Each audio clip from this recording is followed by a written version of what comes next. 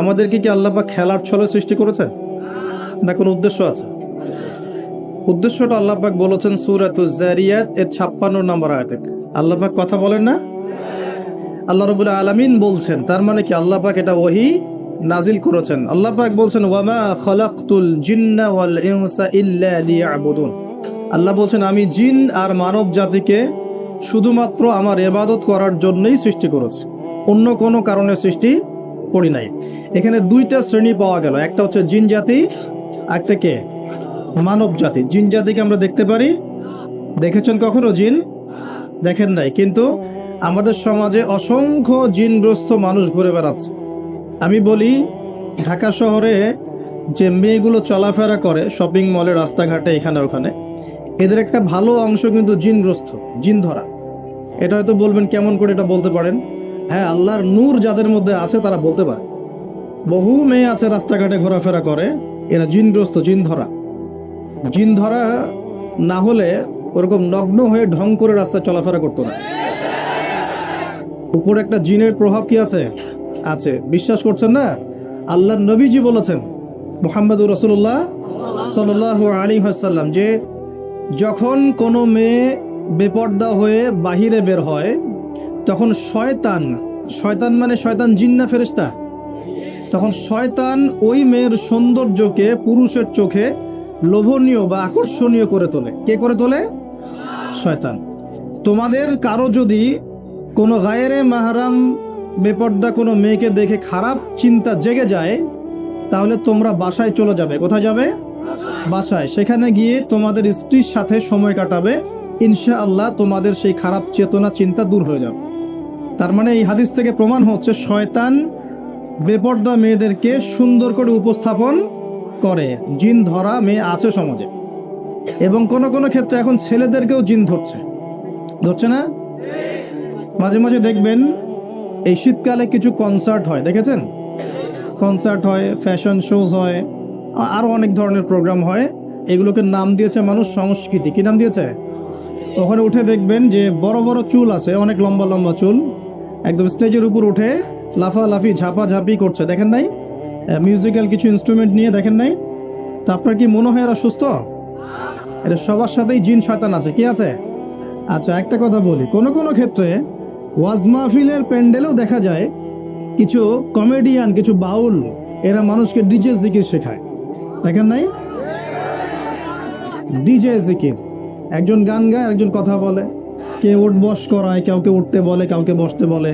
দেখবেন অনেক সময় লোকজন লাফালাফি করছে, বক্তা জিকির করছে, তার উপর হামলে পড়তেছে একদম। একটা দলিল দেখাবেন, খালি একটা দলিল, যে নবী সাল্লাল্লাহু আলাইহি ওয়াসাল্লামের জামানায়, 4 খলিফার জামানায় তারা মসজিদে বসে এইভাবে জিকির করেছেন। একটা দলিল খালি দেখাবেন। যে কাজ নবী করেন নাই, তার সাহাবীরা করেন নাই। এখানে বহু ওলামায়ে কেরাম আছেন, আমি তাদের সামনে কথা বলতে লজ্জা ফিল করছি। যত হাদিস আপনি ঘাটবেন, আমি তো সব হাদিস পড়ে শেষ করতে পারি নাই, স্বীকার করছি, কিন্তু নবীর যুগে এবং 4 খলিফার যুগে কোনোদিনও এইভাবে জিকির আজগার হয়েছে একটা দলিল আপনি খুঁজে বের করতে পারবেন না ইনশাআল্লাহ।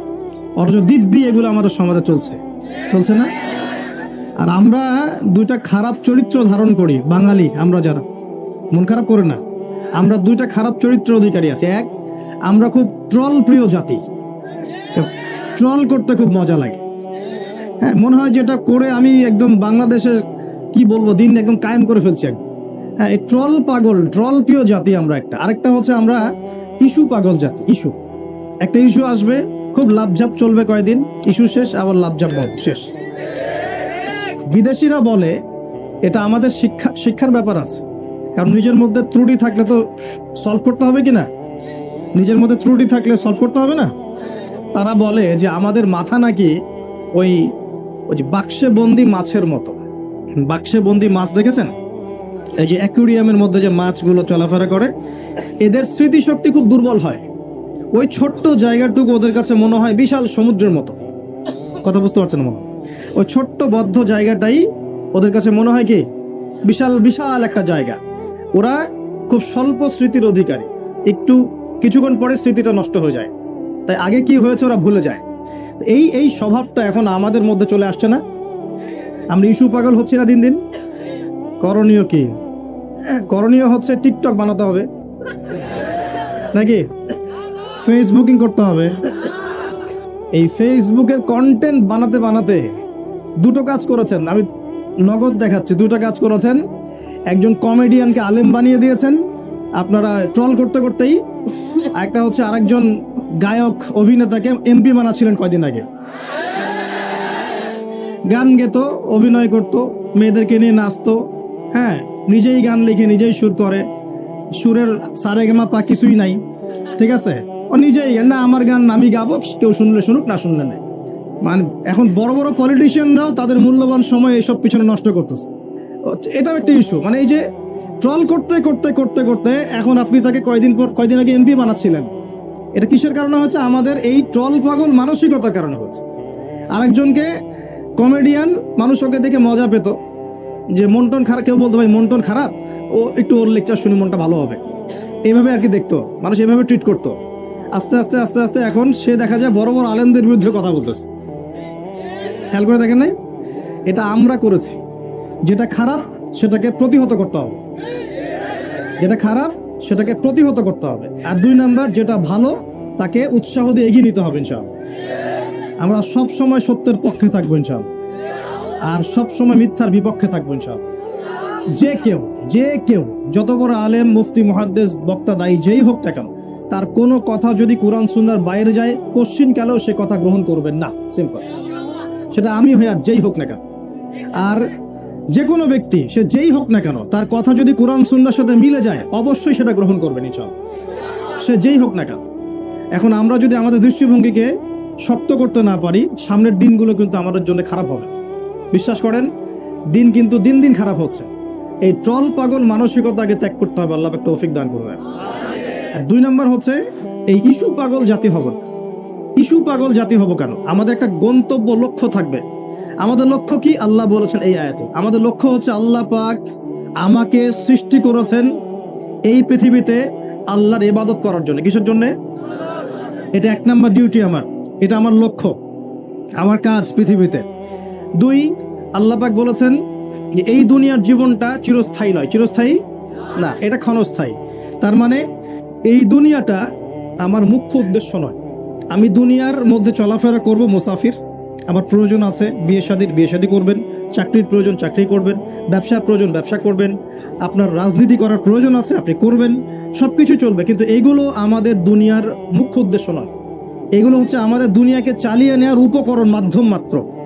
কখনোই এই নেশার মধ্যে আমরা ডুবে যাব না। ডুবে যাব, আল্লাহকে ভুলে গিয়ে দুনিয়ায় কখনো ডুবে যাব না। এটা আমার 2য় কাজ। 3 নাম্বার কাজ, আমাদের লক্ষ্য স্থির করতে হবে। 2টা লক্ষ্য আমাদের, 1 ইহকালীন লক্ষ্য, 2 পরকালীন লক্ষ্য। 1 ইহকালীন লক্ষ্য, 2 পরকালের। ইহকালের লক্ষ্য কি? আল্লাহ পাক বলছেন সূরা সফের মধ্যে, সফ মানে শাড়ি, সূরা সফটা পড়ে দেখবেন বাসায় গিয়ে আজকে। আল্লাহ পাক বলছেন হুয়াল্লাযী আরসালা রাসূলাহু বিল হুদা ওয়া দীনিল হক লিইয়ুযহিরাহু আলা দ্বীনি কুল্লি। আল্লাহ পাক বলতে চাচ্ছেন যে তিনি সেই মহান আল্লাহ, যিনি তার পক্ষ থেকে নবী রাসূল পাঠিয়েছেন, শেষ নবী মুহাম্মদ সাল্লাল্লাহু আলাইহি ওয়াসাল্লামকে পাঠিয়েছেন, এবং আসমানি কিতাবসমূহ পাঠিয়েছেন, এই কোরআন সুন্নাহ নাজিল করেছেন। কি উদ্দেশ্যে? লিইয়ুযহিরাহু আলা দ্বীনি কুল্লি, যাতে করে দ্বীন ইসলাম, এই দ্বীন ইসলাম অন্য সমস্ত দ্বীনের উপর বিজয় লাভ করতে পারে। বলেন সুবহানাল্লাহ। তাহলে আরেকটা উদ্দেশ্য পেলাম। কি উদ্দেশ্য? এই দিন নিজে পালন করব এবং এই দিনকে অন্য দিনের উপর বিজয় ঘটানোর চেষ্টা করবো সব। যে এই দিন কি অটোমেটিকলি বিজয় লাভ করবে? মান্না এবং সালোয়া কি এখনো করবে, নাকি আমাদেরকে রিজিকের চেষ্টা করতে হয়? এই যে আমরা চাকরি বাকরি ব্যবসা করি, আল্লাহর কাছে দোয়া করি না, আল্লাহ আমাকে রিজিক দান করো? এই দোয়া করে কি ঘরে বসে থাকি, নাকি দোকান খুলি, কষ্ট করি, ব্যবসা করি, চাকরি করি? তাই করি না? একইভাবে আল্লাহ পাক বলেছেন দুনিয়াতে পাঠিয়েছি আমার ইবাদত করার জন্য, এবং আল্লাহ পাক নবী রাসূল পাঠিয়েছেন বিশেষ করে শেষ নবী মুহাম্মদ সাল্লাল্লাহু আলাইহি ওয়াসাল্লামকে, যাতে এই দিন ইসলাম অন্য সমস্ত দিনের উপর বিজয়ী হতে পারে। এখন বিজয় কি এমনি এমনি হবে? কিভাবে বিজয় লাভ করবে? আল্লাহ বলছেন সূরা মুহাম্মাদে। কোন সূরায়? সূরা মুহাম্মদ। কখনো পড়েছিলেন? কেউ বলতে পারবেন আল কোরআনুল কারীমে আমাদের নবী মুহাম্মদ সাল্লাল্লাহু আলাইহি ওয়াসাল্লামের নাম কতবার আছে? 4 বার। কয়বার? তাও কাছাকাছি গিয়েছে, আলহামদুলিল্লাহ, শুকরিয়া। সূরা মুহাম্মাদের মধ্যে আল্লাহ পাক বলছেন কিভাবে বিজয় লাভ করবে, কিভাবে বিজয় লাভ করবে। আল্লাহ পাক বলছেন খুব ছোট্ট করে, ইন তানসুরুল্লাহা ইয়ানসুরকুম ওয়া ইউসাব্বিত আকদামাকুম। শেষ। আল্লাহ বলছেন তোমরা সবাই, মানে উম্মতে মুহাম্মাদি, তোমরা যদি আল্লাহকে সাহায্য করো, আল্লাহ তোমাদেরকে সাহায্য করো। শুধু তাই না, ওয়া ইউসাব্বিত আকদামাকুম, তোমাদের পা পদযুগলকে আল্লাহ পাক দৃঢ় করে রাখবেন, পিছলে যাবে না ইনশাআল্লাহ। আরো বলছেন আল্লাহ পাক, ওয়া ইন তাতাওয়াল্লাউ, যদি আমাকে সাহায্য না করে, দিনকে সাহায্য না করে তোমরা পৃষ্ঠপ্রদর্শন করো। পৃষ্ঠপ্রদর্শন বুঝি তো, মানে দিনের পরোয়া না করে তোমরা তোমাদের মতো চলো, দিনের প্রতি কোনো মায়া মহব্বত নাই, দিন প্রতিষ্ঠার কোনো ফিকির নাই। আল্লাহ বলছেন ওয়া ইন তাতাওয়াল্লাউ, তোমরা যদি মুখ ফিরিয়ে নাও, ইয়াস্তাবদিল কওমান গায়রাকুম, আল্লাহ পাক অন্য কওমকে হেদায়েত দিয়ে তোমাদের জায়গায় নিয়ে আসবেন, সুম্মা লা ইয়াকুনু আমসালাকুম, এরা তোমাদের মতো অপদার্থ হবে না। কে বলেছেন?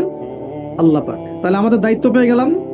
এক নাম্বার কাজ হচ্ছে এই দুনিয়াতে এসেছি আল্লাহ পাকের ইবাদত করার জন্য, শেষ। এখন ইবাদত বলতে শুধু নামাজ, রোজা, হজ, যাকাতি নয়, বরং জীবনের প্রতিটা কাজই কি ইবাদত, যদি সেই কাজটা নবী সাল্লাল্লাহু আলাইহি ওয়াসাল্লামের সুন্নত মতো হয়। বলেন সুবহানাল্লাহ। প্রতিটা কাজ, প্রতিটা কাজ।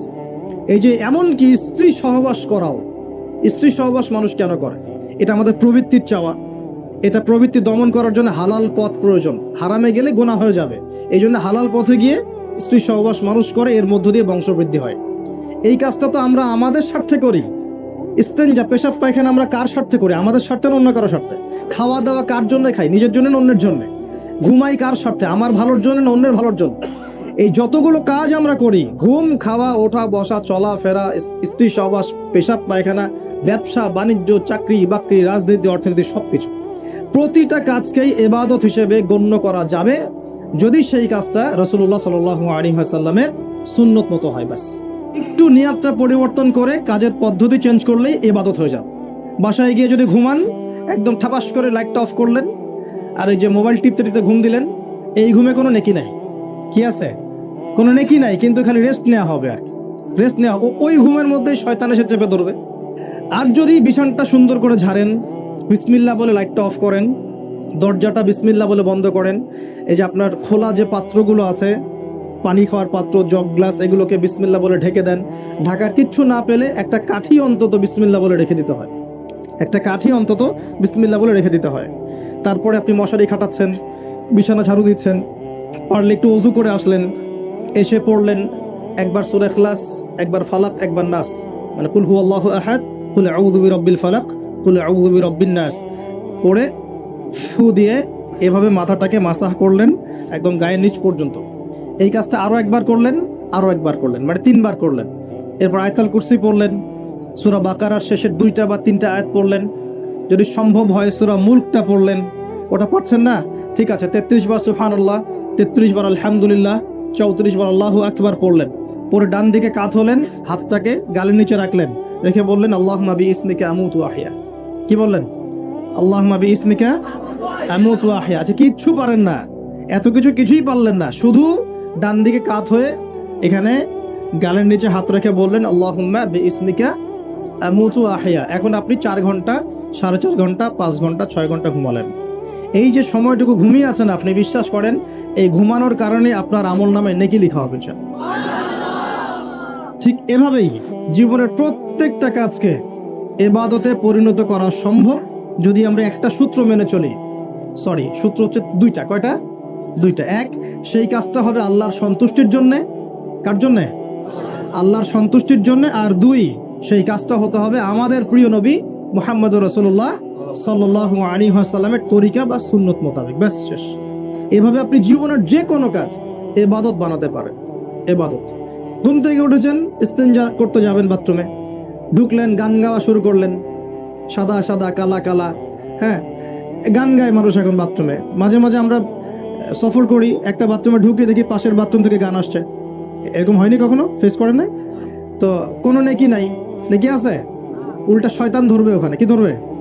জিন শয়তান ধরবে, কারণ জিন শয়তান ওখানে থাকে। কিন্তু দুষ্ট জিন কোথায় থাকে?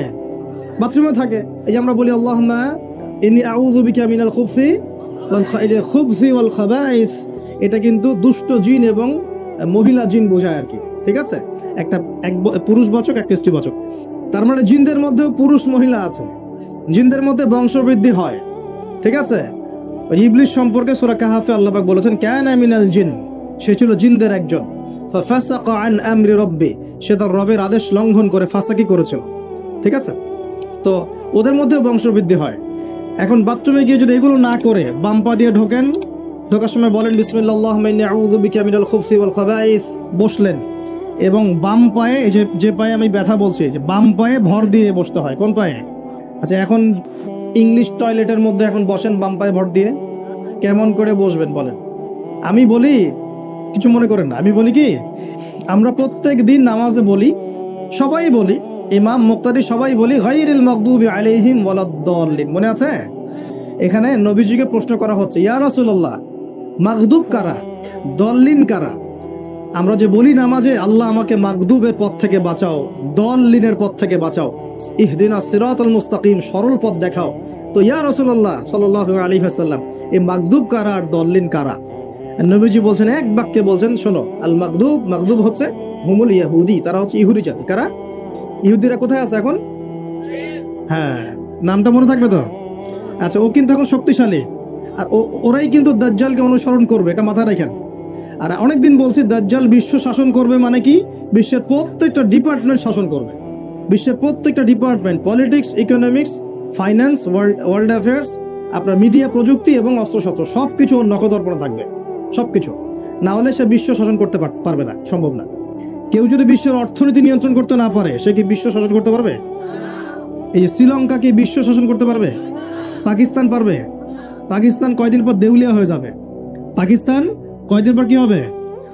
দেউলিয়া হয়ে যাবে। হ্যাঁ, আর ওদেরকে দেখে যদি আমরা শিক্ষা না নেই, তাহলে আমাদের কপালেও খারাপই আছে। ওইটা বললাম, ওদেরকে দেখে যদি আমরা শিক্ষা না নেই, তাহলে আমাদের খরিয়ত খারাপ আছে। আল্লাহ হেফাজত করুন, বলে আমিন। তো যেটা বলছিলাম, বিশ্ব শাসন করতে হলে বিশ্বের সব ডিপার্টমেন্ট শাসন করতে হবে, কি হবে না? হবে। এখন আমরা সূরা ফাতিহায় পড়ি গায়রিল মাগদুবি আলাইহিম, আল্লাহ তুমি আমাদেরকে ইহুদিদের পথ থেকে বাঁচাও। ওয়ালাদ-দাল্লিন, দাল্লিন মানে নবীজি বলছেন হুমুন নাসারা, তারা হলো ওই নাসারা বা খ্রিস্টান জাতি যারা বলে যে আল্লাহর সন্তান আছে। বলেন আউযু। আল্লাহ পাকের সন্তান আছে? আমরা কি বলি? লাম ইয়ালিদ, তিনি কাউকে জন্ম দেননি, কারো কাছ থেকে জন্ম। কিন্তু এই যে 200-300 কোটি খ্রিস্টান বলছে যে আল্লাহর সন্তান আছে, নাউযুবিল্লাহ। এই জন্য ওরা দল্লিন, পথভ্রষ্ট। দল্লিন মানে কি? পথভ্রষ্ট। তো নবীজি স্পষ্ট বলছেন যে গায়রিল মাগদুবি আলাইহিম ওয়ালাদ-দাল্লিন, এখানে মাগদুব আর দল্লিন মানে হচ্ছে, মাগদুব হলো ইহুদিরা গজবপ্রাপ্ত, আর দল্লিন হচ্ছে নাসারা বা খ্রিস্টানরা।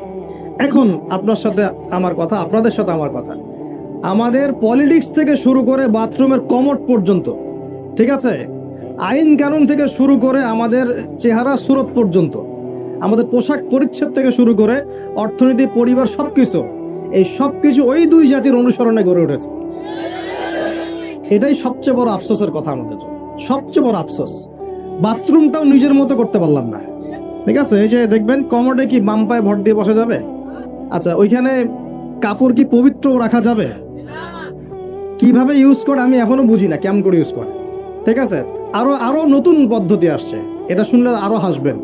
বিভিন্ন জায়গায় যাওয়া হয়, আলহামদুলিল্লাহ। আল্লাহ বলেছেন সিরু ফিল আরদ, জমিনে বিচরণ করো। আল্লাহ বলেছেন কোরআনে সিরু ফিল আরদ, তোমরা জমিনে ঘুরে দেখো। ফানজুর কাইফা কানা আকিবাতুল মুকাদ্দিবিন, দেখো যে আল্লাহকে যারা মিথ্যা প্রতিপন্ন করেছে, আল্লাহর সাথে সীমা লঙ্ঘন করছে, ওদের কি পরিণত হয়েছে। দেখলাম যে এখন ইংলিশ টয়লেটও গায়ে এখন দিয়ে রাখছে কিছু কিছু বাটি, কি দিয়ে রাখছে, ছোট ছোট টুকরা দিয়ে আছে প্লাস্টিকের এবং হ্যাঁ সিরামিক্সের মনে হয়। তো ওইখানে দাঁড়ায় দাঁড়াই করতে হবে, 1 নাম্বার করলে দাঁড়ায় দাঁড়াই করতে হবে, এবং সবগুলো একই মাপের দেয়া আছে। এখন যদি ব্যক্তির কারো হাইট হয় 6 ফিট, কারো 5 ফিট, কারো 4 ফিট, কারো 2 ফিট, 3 ফিট, এই পার্থক্য কিভাবে সে মেকআপ করবে আল্লাহ ভালো জানে, এটা কেমন করে ম্যাচ করবে আল্লাহ ভালো জানে। কাউকে টুলের উপর দাঁড়াই করতে হবে, কাউকে একটু নিচু হয়ে করতে হবে, মানে মাপ তো একই। আরও যে কি কি দেখতে হবে আল্লাহ ভালো জানেন। তো প্রিয় ভাইরা, বাথরুম করতে গিয়ে যদি নবীর সুন্নাহ মতো করেন, এখান থেকে কথাগুলো আসছে। যদি বাম পা দিয়ে ঢোকেন, বা পায়ে ভর দিয়ে বসেন, দেখবেন ইস্তেঞ্জা করেও শান্তি পাচ্ছেন। নবীর প্রতিটা সুন্নত বৈজ্ঞানিক, যে সুন্নত আপনি পালন করবেন, আপনি বৈজ্ঞানিক উপকারিতাও পাবেন ইনশাআল্লাহ। এই যে একটু আগে এক ভাই বলছিল, আপনি তো খানি না হুজুর, 1 চামচ কি 1.5 চামচ ভাত খাচ্ছেন, খানি না। তাই আমি বললাম যে আমি কম খাওয়া হুজুর, কারণ নবী সাল্লাল্লাহু আলাইহি ওয়াসাল্লাম কি শিখিয়েছেন? তিনি বলেছেন আমরা যা খাই না, তিনি নবী হওয়ার পরে মনে হয় সেটাও খেতে পারেন নাই। বিশ্বাস করছেন না? এরকম তিনটা মাসের চাঁদ চলে যেত যে নবী সাল্লাল্লাহু আলাইহি ওয়াসাল্লামের বাসায় চুলাও জ্বলে নাই। আর আমাদের তো একবেলা যদি না খাই তাহলে আল্লাহর উপর কত শেকায়াত, কত অভিযোগ, তাই না ভাই? আচ্ছা, তারপরে তিনি বলছেন একজন ব্যক্তির এতটুকু খাওয়াই যথেষ্ট যে কোমর মেরুদণ্ড সোজা করতে পারে, আল্লাহর ইবাদত করতে পারে। আর যদি তোমাদের খেতেই হয় তাহলে পেটটাকে 3 ভাগ করে খাবে। কয় ভাগ? 1 ভাগ খাবার রাখবে, 1 ভাগ পানি খাবে, আর 1 ভাগ এই শ্বাস প্রশ্বাস চলাচলের জন্য ফাঁকা রাখবে। কয়জন এর উপর আমল করে দেখাতে পারে? কতজন মানুষ আছে? আর যারা একদম গোগ্রাসে খায় এদের ব্যাপারে কোরআনে এবং হাদিসে কিন্তু মারাত্মক কথা আছে। আল্লাহর নবী সাল্লাল্লাহু আলাইহি ওয়াসাল্লাম বলেছেন যে তোমরা খুব বেশি ঢেকুর তুলো না। কি করো না? একজন সাহাবী খুব ঢেকুর উঠাচ্ছে, সাহাবী না আসলে, উনি পাশ দিয়ে যাচ্ছিলেন, খাবার দাবার খেয়ে পাশ দিয়ে যাচ্ছিলেন।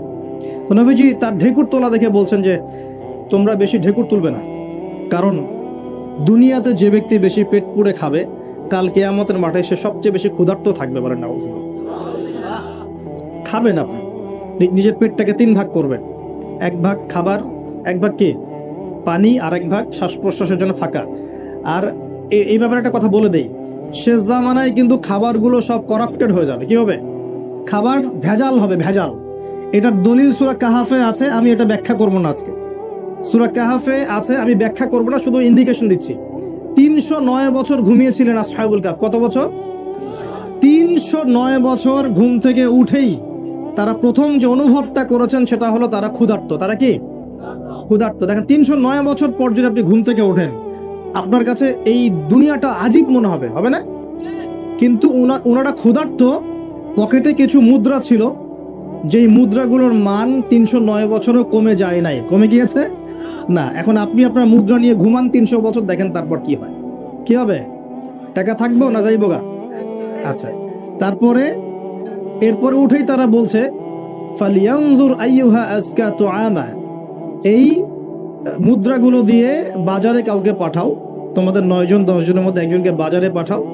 ফালিয়ানজুর, সে যেন বাজারে গিয়ে দেখে আইয়ুহা আজকা তুআমা, কোন খাবারটা পবিত্র খাবার, ফ্রেশ খাবার।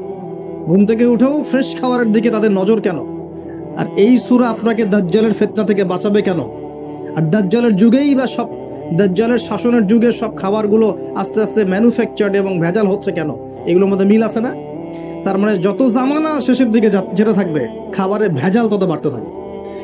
এই সময় আপনাকে অবশ্যই ফ্রেশ খাবার খুঁজে খুঁজে বের করতে হবে। খাবার আগে মানুষ খেত, খাবারের মধ্যেই চিকিৎসা ছিল, তাই না?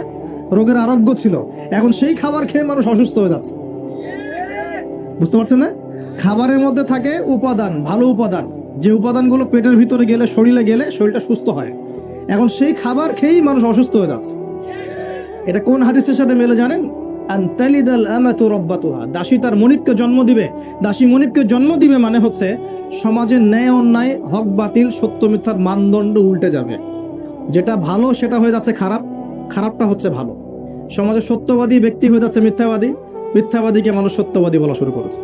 আমানতদার ব্যক্তি হয়ে যাচ্ছে খেয়ানতকারী, খেয়ানতকার ব্যক্তিগুলো আমানতদার হয়ে যাচ্ছে। সমাজের সবচেয়ে ভালো মানুষকে মানুষ খারাপ বলছে, সবচেয়ে খারাপ মানুষকে খুব ভালো বলছে। উল্টে যাচ্ছে, খেয়াল করে দেখেন, উল্টে যাচ্ছে। বাবার হাতে ছেলে মায়ের খাচ্ছে, ছেলের হাতে মা মায়ের খাচ্ছে, এরকম হচ্ছে না? যাকে একটা দায়িত্ব দিয়ে রাখবেন যে বাবা তোমার উপর আমি বিশ্বাস করলাম, দায়িত্ব দিলাম, সে আপনার বিশ্বাস ভঙ্গ করে রেখে দিচ্ছে। এই হচ্ছে না? বিশ্বাস উঠে যাচ্ছে, প্রতারণা বাড়ছে। মানে কি? মানুষ আল্লাহ পাকের হালালগুলোকে হারাম করে নিচ্ছে, হারামগুলো হালাল করে নিচ্ছে। বুঝতে পারছেন না মনে হয়? হালালগুলোকে মানুষ আস্তে আস্তে হারাম করতেছে, হারামগুলোকে আস্তে আস্তে হালাল করতেছে। এটা হচ্ছে না? হচ্ছে। খুব খেয়াল করেন। তো এখানে খাবার খেয়ে আপনার উপকার পাওয়ার কথা, খাবার খেয়ে আপনি অসুস্থ হয়ে যাচ্ছে।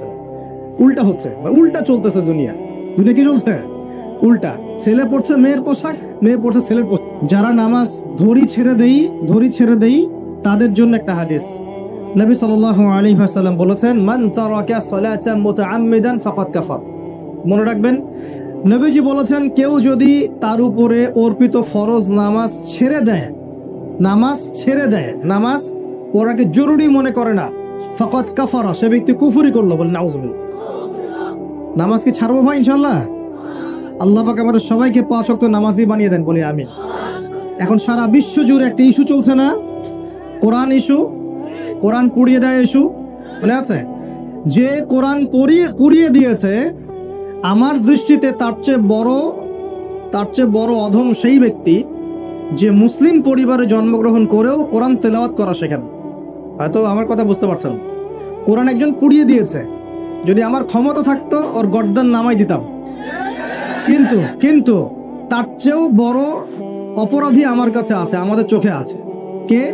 যে মুসলিম পরিবারে 20-30-40 বছর থেকে আছে, মুসলিম সমাজে, মুসলিম পরিবারে নামাজে যায়, ইমামদেরকে চেনে, আলেমদের সাথে সম্পর্ক আছে, এরপরেও সে কোরআন তেলাওয়াত করতে পারে না। এই বড় অপরাধী আমার কাছে। এটা লজ্জার না?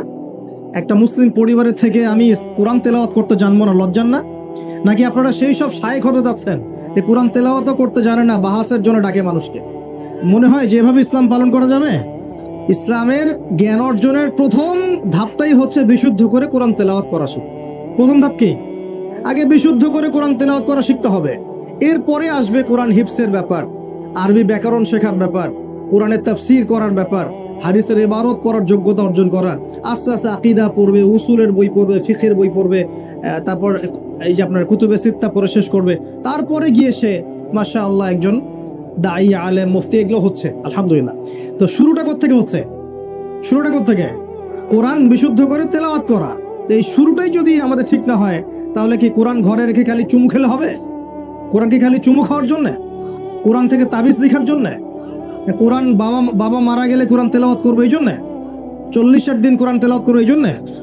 কেউ মারা গেল, ব্যাস আমরা কোরআন দিয়ে একটা মাহফিল করে দিলাম, ব্যাস সব হয়ে গেল? এই যে একটা আয়াতই বললাম, গায়রুল মাগদুবি আলাইহিম ওয়ালাদ-দাল্লিন, এখন তো বুঝলেন আয়াতের অর্থ কি? আল্লাহর রাসূল আমাদেরকে বলছেন তোমরা ইহুদিদের পথ অনুসরণ করো না, তোমরা নাসারাদের পথ অনুসরণ করো না। কিন্তু বাস্তবতা হচ্ছে আমার সব ক্ষেত্রেই ওদের আদর্শেই চলছে না? আপনার বিয়ে শাদী, বিয়ের আগের অনুষ্ঠান, গায়ে হলুদ, আপনার পরিবার, আপনি যে মিডিয়াগুলো দেখছেন সেই মিডিয়াগুলা, হ্যাঁ, আপনার পলিটিক্যাল সিস্টেম, সুদভিত্তিক অর্থনৈতিক সিস্টেম, তারপরে আপনার কি বলবো, দেহের পোশাক পরিচ্ছদ, লেবাস, পোশাক, চেহারা, সুরত, সবকিছু ওদের মতো না? আমি তো দেখালাম এমনকি বাথরুমের কমোড পর্যন্ত ওদের মতোই, তাই না? তো এখন এই একটা আয়াত বুঝলেই আপনি বুঝতে পারছেন যে আসলে সব তো উল্টা চলছে। এখন যদি পুরো কোরআনটা বুঝতে পারি, পুরো কোরআনের 6236টা আয়াতই বুঝতে পারি, তাহলে এই সমাজটা পরিবর্তন হতে সময় লাগবে। এই কারণেই তো কোরআন থেকে দূরে সরানোর জন্য এত পায়তারা চলছে। মানুষ চাচ্ছে, এক শ্রেণীর মানুষ চাচ্ছে বিশ্বের যে মুসলিমরা যেন কোরআন থেকে দূরে সরে যায়। কারণ তারা জানে যদি আমরা কোরআন থেকে দূরে সরে যাই, আমাদেরকে শাসন করা সহজ হবে। ওই পশ্চিমারা আমাদেরকে শাসন সহজেই করতে পারবে। আর আমরা যদি কোরআনকে আঁকড়ে ধরি, ওদের বাপেরও ক্ষমতা নেই আমাদেরকে শাসন করে ইনশাআল্লাহ, বরং আমরা ওদেরকে শাসন করবো ইনশাআল্লাহ। আমরা করি নাই মনে করছেন? 1200 বছর করেছি। কত বছর? বিশ্বাস করছেন না? ইতিহাস পড়েন, নবী সাল্লাল্লাহু আলাইহি ওয়াসাল্লামের যুগ থেকে শুরু করে এই তো 1914 সাল পর্যন্ত আমরা সারা বিশ্ব শাসন করেছিলাম। মনে হচ্ছে গাল গল্প? এখন বিগত 70, 80, 100 বছরে আপনার কাছে মনে হচ্ছে যে শক্তি তো সব ওদের হাতে চলে গেছে, আমাদের হাতে নাই। ইনশাআল্লাহ তাআলা আবার ফিরে আসবে ইনশাআল্লাহ। তবে ওই যে বললাম, এমনি আসবে মান্না সালোয়ার মতো, নাকি আমাদের কিছু দায়িত্ব আছে ভাই? এই যে প্রথম এক ভাই বলেছিল না কি করতে হবে, এখন শোনেন কি করতে হবে। 1 নাম্বার, আমাদের সবাইকে তওবা করে ফিরে আসতে হবে। কি করতে হবে? সূরা নূর পড়ছিলাম আসার সময়, আল্লাহ পাক বলেছেন, তুবু ইলাল্লাহি জামিআন আইয়ুহাল মুমিনুন লাআল্লাকুম তুফলিহুন। তোমরা সবাই একসাথে, হে মুমিনগণ, তোমরা সবাই একসাথে আল্লাহর কাছে তওবা করো যাতে তোমরা সফল হতে পারো। আগে কি করতে হবে? আল্লাহকে বলতে হবে, আল্লাহ আমরা ব্যক্তিগতভাবে, পারিবারিকভাবে, সামাজিকভাবে, রাষ্ট্রীয়ভাবে যত পাপ করেছি আল্লাহ সব মাফ করে দাও। আল্লাহ আমরা তোমাকে ভালোবাসি, তোমার নবীকে ভালোবাসি, তোমার কালামকে ভালোবাসি, আমরা জান্নাতে যেতে চাই, দুনিয়াতেও সফল হতে চাই, আল্লাহ তুমি আমাদেরকে মাফ করে দাও। এবং আগামী পুরো জিন্দেগি আল্লাহ তুমি আমাদেরকে 5 ওয়াক্ত নামাজি বানায় দাও, কোরআনওয়ালা বানায় দাও, সুন্নতওয়ালা বানায় দাও, আপোষে মিল মোহাব্বত বাড়ায় দাও, আমাদেরকে তোমার পক্ষ থেকে বেহিসাব রিজিক দান করো এবং এমনভাবে চলার তৌফিক দাও যাতে আমরা আবার বিশ্বের সেই শাসন ফিরে পাই ইনশাআল্লাহ। দোয়া করা যাবে না? 1 নাম্বার কাজ তওবা করে ফিরে আসা। 2 নাম্বার হচ্ছে বেশি বেশি জ্ঞান অর্জন করা। কি করা? জ্ঞান অর্জন ছাড়া কোনো লাভ নাই। একদিন মাহফিল শুনতে আসছেন, যদি মনে করেন যে বাস কাজ হয়ে গেছে, আসলে কিছুই হয় নাই। মন খারাপ করে না, আসলে কিছু হয়নি। এখন এখান থেকে আপনাকে ইন্সপিরেশন নিয়ে আগামী দিনে চলতে হবে। জ্ঞান অর্জন করতে হলে কি করবেন? খালি একটা ভিডিও দেখবেন, একটা খালি বিচ্ছিন্ন বই পড়বেন। এখনকার যুব সমাজের অন্যতম প্রবলেম হচ্ছে, যারা প্র্যাকটিসিং মুসলিম তাদের কথা বলছি, যে এদের পড়াশোনার কোনো কনস্ট্রাকটিভ সিলেবাস নাই। এরা বিক্ষিপ্তভাবে জ্ঞান অর্জন করে। এই আদনান ভাইয়ের লেকচার শুনলাম, এই অমুক শায়খের একটা লেকচার শুনলাম, অমুক দায়ের একটা লেকচার শুনলাম, হ্যাঁ অমুকের একটা বই পড়লাম, তমুকের একটা বই পড়লাম, বিক্ষিপ্ত জ্ঞান। এই বিক্ষিপ্ত জ্ঞান আপনার মাথাটাকে এলোমেলো করে দিবে। আর অনলাইনে ঢুকলে দেখবেন এ ওর বিরুদ্ধে কথা বলছে, এ ওর বিরুদ্ধে, এ ওর পিছনে লেগে আছে, এর পিছনে লেগে আছে। এখানে ভালো যতটুকু পাবেন, খারাপের চেয়ে বেশি পাবেন। এখানে এভাবে জ্ঞান অর্জন করা যাবে। কিভাবে? যেভাবে আমরা চেষ্টা করছি। হয়তো ওয়াজ মাহফিল এসে আমরা যতটুকু জানি এর 30, 40, 50% কথাও কিন্তু বলতে পারি না। যা জানি তার হয়তো 30, 40% আমরা বলতে পারি না বিভিন্ন কারণে। জ্ঞান কার পক্ষ থেকে আসে? এই ডিগ্রির সার্টিফিকেট মানেই জ্ঞান নয়। ডিগ্রি সার্টিফিকেট অর্জন করেছি মানেই যে বড় একজন মানে ইসলাম বেত্তা হয়ে গেছি, এমন নয় বিষয়। জ্ঞান কার পক্ষ থেকে আসে? আর অনেক বড় বড় ডিগ্রি অর্জন করেও যদি মনের মধ্যে রিয়া, অহংকার এগুলো থাকে, তাহলে ওই জ্ঞানেও কোনো লাভ নাই। লাভ আছে? ইবলিসের কি জ্ঞানের কোনো লাভ আছে? ও কিন্তু বড় আবেদ ছিল, অহংকারের কারণে পথভ্রষ্ট হয়ে গেছে, আল্লাহ মাফ করুক। তো এভাবে প্রচেষ্টা চালান, আল্লাহর কাছে বেশি বেশি দোয়া করেন। প্রত্যেক দিন বলবেন রব্বি জিদনি ইলমা। কি বলবেন? রব্বি জিদনি ইলমা। বলবেন রব্বি ইশরাহ লি সাদরি ওয়া ইয়াসসির লি আমরি ওয়াহলুল উকদাতাম মিন লিসানি ইয়াফকাহু কওলি আল্লাহুম্মা ফাক্কিহনি ফিদ-দীন ওয়া আল্লিমনি আত-তা'ওয়িল। এগুলো দোয়া করবেন। এই দোয়াগুলো করতে থাকলে দেখবেন ইনশাআল্লাহ আপনি জ্ঞান পাবেন, আল্লাহর পক্ষ থেকে জ্ঞান পাবেন। তো তওবা করার পর প্রথম কাজ কি ভাই বলেন? জ্ঞান অর্জন করা। ইকরা বিসমি রাব্বিকাল্লাযী খালাক। আর এই জ্ঞান নিয়ে তো অনেক কথা হচ্ছে না? এখন এই জ্ঞান অর্জন করবেন কোন জ্ঞান? যে জ্ঞান আপনাকে আল্লাহ এবং তার রাসূলের দিকে নিয়ে যাবে, সেই জ্ঞান অর্জন করবেন। যে জ্ঞান আপনাকে আল্লাহ এবং তার রাসূল থেকে দূরে সরাই দিবে, সেই জ্ঞান অর্জন করতে যাবেন। ব্যাস, কথা শেষ। এখন আপনি নিজেই বুঝতে পারবেন কোন জ্ঞান আপনাকে আল্লাহর দিকে নিচ্ছে আর কোন জ্ঞান আপনাকে আল্লাহ থেকে দূরে সরাচ্ছে। শুধুমাত্র ইসলামিক জ্ঞানই কি অর্জন করব, না বৈষয়িক জ্ঞানও দরকার আছে? উত্তর অবশ্যই বৈষয়িক জ্ঞানও দরকার আছে। এটাই উত্তর। এই বৈষয়িক জেনারেল জ্ঞানগুলো অর্জন না করলে কোরআন সুন্নাহকে হাতে নিয়ে বিশ্বকে চ্যালেঞ্জ করা যাবে। বুঝতে পারছেন না কথা? কোরআন সুন্নাহর জ্ঞান থাকবে ভিতরে, আবার আপনার মধ্যে সমকালীন জ্ঞানগুলো থাকতে হবে। জ্ঞান আসা মাত্রই যে আমি সবকিছু বুঝে ফেলবো তা নয়। জ্ঞান অর্জন একটা ক্রমবর্ধমান সিলসিলা। দোলনা থেকে কবর পর্যন্ত শেখার কোনো শেষ আছে? এরপর কি? ওই যে আল্লাহ পাক ইবাদত করতে পাঠিয়েছেন দুনিয়ায়, তাই যতটুকু জানবো ততটুকু আমল করবো ইনশাআল্লাহ। জেনেছি আজকে আমি যে সুবহানাল্লাহ পড়লে 100 বার সুবহানাল্লাহ পড়লে 1000 নেকি হয়, বাস আমল করা শুরু করবো ইনশাআল্লাহ। জেনেছি আজকে কোরআনের একটা হরফ পড়লে 10 নেকি হয়, কোরআন তেলাওয়াত করবো ইনশাআল্লাহ। এখনই জেনেছি সূরা কাহাফের প্রথম 10 আয়াত মুখস্থ করলে আল্লাহ দাজ্জাল থেকেও বাঁচাবেন, মুখস্থ করে ফেলুন ইনশাআল্লাহ। একটু আগে জানলাম ঘুমানোর আদব কি, আজকে আমল করবো ইনশাআল্লাহ। একটু আগে জানলাম ইস্তেঞ্জা করার আদব কি, আজকে আমল করবো ইনশাআল্লাহ। যা জানবো আমল করবো ইনশাআল্লাহ। আমার পরিবারে যদি বেনামাজি থাকে আমার সন্তান সন্ততি, আর আমি নামাজের ওয়াজ করে বেড়াই, মানুষ শুনবে? আমার পরিবারে আল্লাহ না করুক যদি নিজের বউ বেপর্দায় চলে, হ্যাঁ, আর আমি যদি আসে আপনাকে পর্দার ওয়াজ করে, আপনি শুনবেন? কোনোদিনও শুনবেন না। এ কারণে আগে নিজের পরিবারের মধ্যে কায়েমের চেষ্টা করতে হবে। এখানে একটা কথা বলে রাখি, অনেক চেষ্টা করার পরেও কখনো কখনো পরিবারের লোকজন নাও শুনতে পারে। বুঝতে পারেনি মনে হয়? অনেক চেষ্টা করেছেন, তারপরেও পরিবারের লোক শুনছে না, এমন হতে পারে না? নূহ আলাইহিস সালামের ক্ষেত্রে হয় নাই? লূত আলাইহিস সালামের ক্ষেত্রে হয়নি?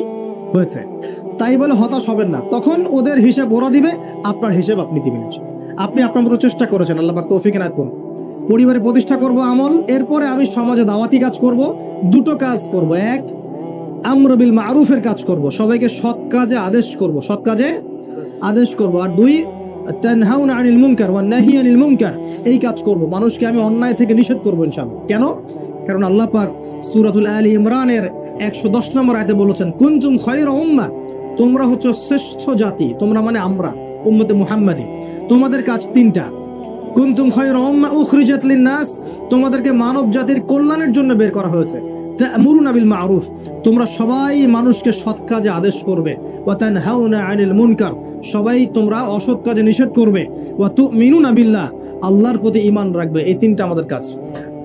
নিজেদের যে প্রতিভা আল্লাহ পাক দিয়েছেন, কাউকে ক্ষমতা দিয়েছেন, কাউকে অর্থ দিয়েছেন, কাউকে বলার যোগ্যতা দিয়েছেন, কাউকে লেখার যোগ্যতা দিয়েছেন, ঠিক আছে? যাকে আল্লাহ পাক যা দিয়েছেন আল্লাহর পক্ষ থেকে, এটাকে দিনের কল্যাণে কাজে লাগানোর চেষ্টা করবো ইনশাআল্লাহ তাআলা। দেখবেন ইনশাআল্লাহ আবার সেই সোনালী দিন ফিরে আসবে ইনশাআল্লাহ, যেদিন আমরা নিজেরাও আমল করব, পরিবারও সুন্দর হবে, সমাজও সুন্দর হবে, ইসলাম এই জমিনেও বিজয়ী হবে ইনশাআল্লাহ, আর আখিরাতেও জান্নাতে যাবো ইনশাআল্লাহ তাআলা। আল্লাহ পাক আমাদের সবাইকে এই দুনিয়াতে আসার উদ্দেশ্যটা মনে রাখার তৌফিক দান করুন।